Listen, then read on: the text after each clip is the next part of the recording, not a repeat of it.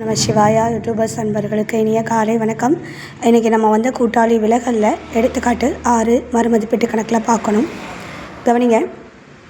John, James, ராஜா என்ற கூட்டாளிகள் முறையில் சமமாக லாப நட்டங்களை பகிர்ந்து வந்தனர். அண்டர்லைன் த வேர்ட் சமமாக. ஒரு கணக்கை வாசிக்கும் போதே முக்கியமான வேர்ட்ஸை நீங்கள் புரிஞ்சுக்கணும். இருப்புநிலை குறிப்பு பின்வருமாறு கொடுத்துருக்காங்க. ஜான், ஜேம்ஸு இங்கே சொத்துக்கள் சைடு கொடுத்துருக்காங்க.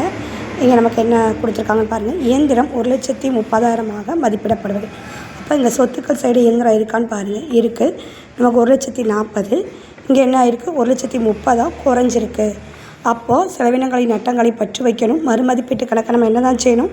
பற்று தான் வைக்கணும். எவ்வளவு டிஃப்ரெண்ட்டில் நமக்கு கம்மியாக இருக்குது அப்படிங்கிறத நம்ம பார்க்கணும் இல்லையா? அப்போது நல்லா கவனிங்க. அதுக்கடுத்து பாருங்கள். சொத்துக்கள்லேயே அலுவலக சாதனங்கள் மதிப்பை 2,000 குறைப்பது. அப்போ இதுவும் நமக்கு என்ன தான் வரும்? வரவில் தான் வரும். வார ஐயக்கடன் ஒதுக்கு 3,000. அப்போ இந்த 3ஐயும் சேர்த்து ஒரே குறிப்பீடாக மறுமதிப்பீட்டு கணக்கு பற்று இயந்திரம் அலுவலக சாதனங்கள் வார ஐயக்கடன் ஒதுக்கு. இயந்திரம் டிஃப்ரெண்ட்டு 10,000, 2,000, 1,000, 13,000. ஓகேயா? அப்போ இந்த 3 பார்த்தாச்சு. ஏடுகளில் பதிவு பெறாமல் உள்ள முதலீடுகள் நமக்கு ஒரு வகை சொத்து. பதிவில் இல்லை, இப்போ பதிவில் கொண்டு வரோம். அப்போ வருமானங்களையும் ஆதாயங்களையும் நம்ம என்ன தான் செய்யணும்?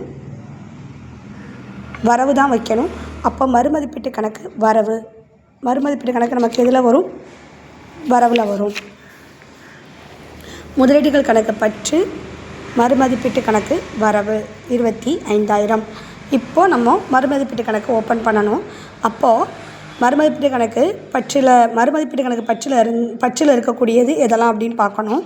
நமக்கு இங்கே மறுமதிப்பீடு பற்று, இயந்திரம், அலுவலகம், வார ஐயக்கடன் இந்த 3ஐயும் நம்ம பற்று சைடு என்ன செய்யணும்? மென்ஷன் பண்ணி காட்டணும். முதலீடுகளை வரவு சைடு மென்ஷன் பண்ணி காட்டணும். இங்கே 25,000 வந்திருக்கு இல்லைங்களா? அப்போ இங்கே நமக்கு எவ்வளோ வந்திருக்கு? 10,000, 11,000, 13,000. அப்போ நமக்கு இந்த சைடு மறுமதிப்பீட்டு லாபம்னு அர்த்தம். ஏன்னா வரவு சைடு தான் நமக்கு அதிகமாக இருக்குது. அப்போது ஜானுக்கும், ஜேம்ஸுக்கும், ராஜாவுக்கும் சமமாக அப்படிங்கும்போது வேறு எந்த ஒரு பதிவும் அவங்க கொடுக்கல. அதனால நம்ம என்ன பண்ண போகிறோம்? 1/3, 1/3, 1/3ன்னு சமமாக என்ன செஞ்சு போகிறோம்? இந்த 12,000 பிரித்து கொடுக்குறோம். புரியுதுங்களா?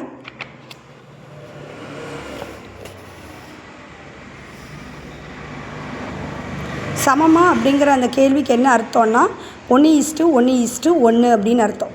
அப்போ 1 + 1 = 1, 1/3, 1/3, 1/3 அப்படி தான் இங்கே பிரித்து கொடுத்துருக்கோம். உங்களுக்கு புரிஞ்சிருக்கும்னு நினைக்கிறேன். புரிஞ்சிருந்தால் லைக், ஷேர் அண்ட் சப்ஸ்கிரைப். வேறு எது டவுட் இருந்தால் கமெண்ட் பாக்ஸில் கமெண்ட் பண்ணுங்கள். Thank you students.